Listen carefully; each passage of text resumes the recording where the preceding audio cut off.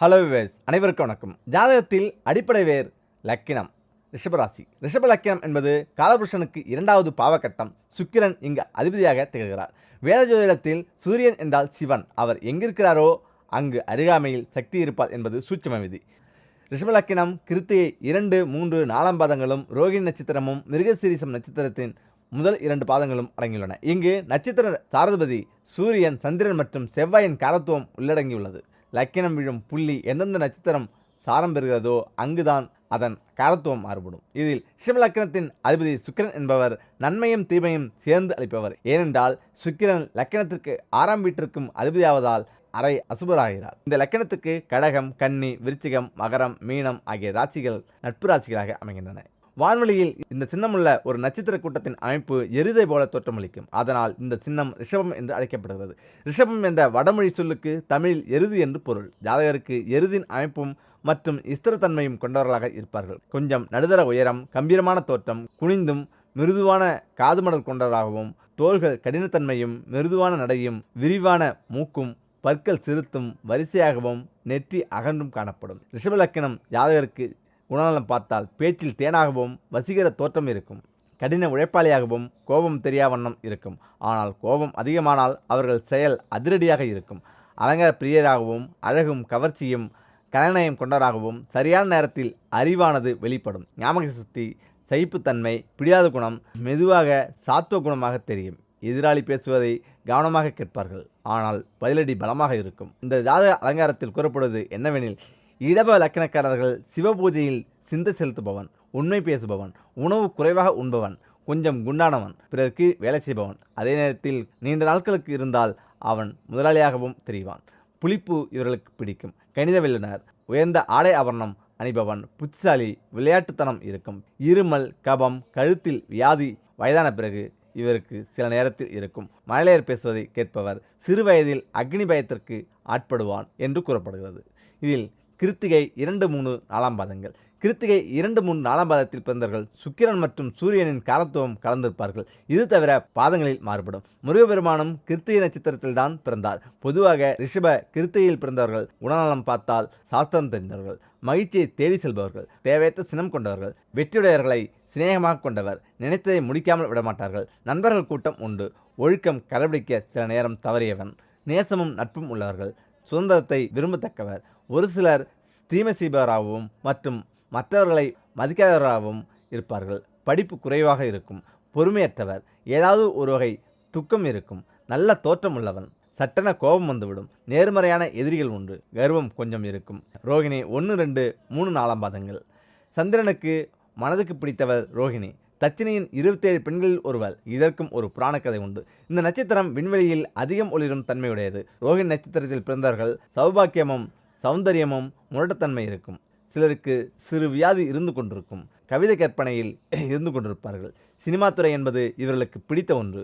தன்மானம் மிக்கவன், கருணை அமைதி மிக்கவன், ஒழுக்கமானவன், வாய்மை மிக்கவன், சாந்த சுரூபி, ஜீவநேயம் கொண்டவன், குருவின் ஆசீர்வாதம் மிக்கவன், இசையில் ஆர்வமிக்கவர், சூட்சம மந்திரம் ஜெயிப்பவர், இலக்கிய ஆர்வம் குறைவு, தெளிவான ஆராய்ச்சியில் ஈடுபடுவார், எல்லோரிடமும் இதமாக பேசி நோக்கை அடைவான், பிறருக்கு சொல்லிக் கொடுப்பதில் வல்லவர்கள், பெரிய பதவியை நோக்கி செல்பவர்கள், பெண்களுக்கு பிரியமானவர்களாகவும் அறிவுரைகளை கேட்பவர்களாகவும் வருங்காலத்தை பற்றி யோசிப்பார், மெல்லிய குரலில் பேசுவார்கள், சொன்ன சொல்லை காப்பாற்றுவார்கள், செல்வம் அதிகப்படுத்துவதில் ஆர்வம், பிள்ளைகள் மீது அதிக அன்பு கொண்டவர்கள், பாராட்டு பெறுவார்கள், சுகபோக வாழ்க்கையை வாழ பிடிக்கும், சோம்பேறித்தனமும் அதிகமாக இருக்கும். இவர்களுக்கு மோர், பழரசம், இளநீர், பசும்பால் பானங்கள் மற்றும் கார உணவு வகை மிகவும் பிடிக்கும். இதில் மிருகசீரிசம் 1, 2 பாதங்கள். இது வான்வெளியில் நட்சத்திரங்கள் ஒன்று கூடி மான் தலை போல அல்லது தேங்காய் கண் போல் வான்வெளியில் காட்சி தரும். இவற்றின் அதிபதி செவ்வாயாகும். முதல் 2 பாதங்கள் ரிஷபத்திலும் மற்றவை மிதுனத்திலும் இருக்கும். இது செவ்வாயின் நட்சத்திரம் என்பதால் இந்த லக்கினத்தில் துணிச்சல் அதிகம் இருக்கும். திடமான நம்பிக்கை அதைவிட அதிகம் இருக்கும்.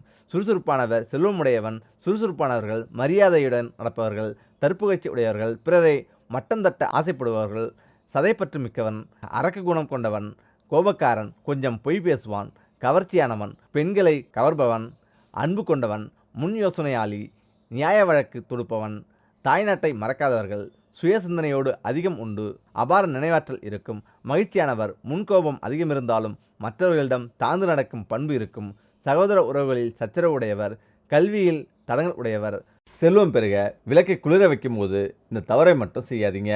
வீட்டில் வரலட்சுமி கடாட்சம் குறைய இதுவும் ஒரு காரணம்தான். தினமும் பூஜை அறையில் தீபம் ஏற்றும் போது எந்த அளவிற்கு பயபக்தியோடு ஏற்றி வைக்கிறோமோ அதே போல தான் விளக்கை மலையேற்றும் போதும் பயபக்தியோடு குளிர வைக்க வேண்டும். சில பேர் ஏற்றும்போது ரொம்பவும் மந்திரங்களை சொல்லி விழுந்து விழுந்து சாமி கும்பிட்டு ஏற்றுவார்கள். ஆனால் விளக்கு குளிர வைக்கும்போது அப்படியே வந்து ஒரு பூவை எடுத்து நெருப்பின் மீது வைத்து விளக்கை சாதாரணமாக குளிர வைத்து விட்டு சென்று விடுவாங்க.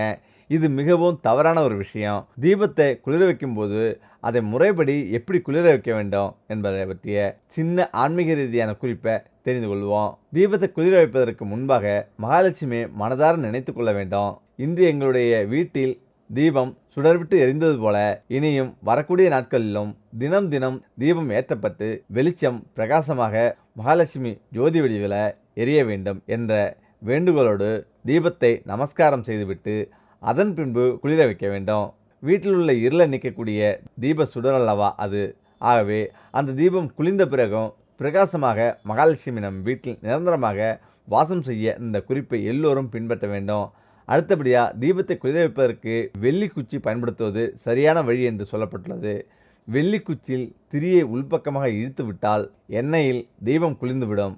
ஆனால் எல்லோராலும் இந்த வெள்ளி குச்சியை வாங்கி பூஜை அறையில் வைக்க முடியாது. அப்படி இருக்கும்போது இனிப்பு சுவை நிறைந்த கற்கண்டை வைத்து இந்த தீபத்தை குளிர வைக்கலாம். ஒரு சிறிய டைமண்ட் கற்கண்டு இருந்தால் கூட அதை எடுத்து அந்த தீப சுடரில் வைத்தால் தீபம் மலையேறிவிடும். அப்படி இல்லை என்றால் மாதுளைப்பழ குச்சி, நெல்லிக்காய் குச்சி, மருதாணை குச்சி, இப்படி இந்த மரத்திலிருந்து சிறிய குச்சிகளை உடைத்து வந்து வீட்டில் வைத்து கொள்ளலாம்.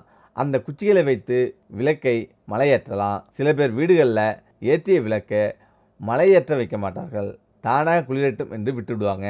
இப்படி செய்வது தவறா சரியா என்ற விவாதத்துக்குள் நாம் செல்ல வேண்டாம். ஆனால் விளக்கு திரியானது விளக்கில் முழுமையாக எரிந்து கருகிய வாடை எப்பொழுதுமே வீசக்கூடாது. இதை மட்டும் நீங்கள் கவனித்து கொள்ளுங்கள். விளக்கின் மீதம் இருக்கும் பழைய எண்ணெயை தனியாக ஒரு கிண்ணத்தில் எடுத்து வைத்துவிட்டு அதன் பின்பு பூஜை பாத்திரங்களை தேய்க்கலாம். மீண்டும் அந்த பழைய எண்ணெயை விளக்கில் ஊற்றி பூஜை அறையில் ஏற்றாதீர்கள்.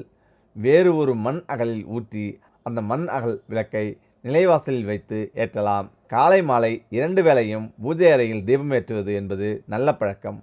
அது வீட்டுக்குள் ஒரு லட்சுமி கடாட்சத்தை கொடுக்கக்கூடிய விஷயம்தான். கூடுமானவரை முந்தைய நாள் காலையில் எந்த நேரத்தில் விளக்கேற்றினீர்களோ அடுத்த நாள் காலையும் அதே நேரத்தில் விளக்கேற்ற வேண்டும்.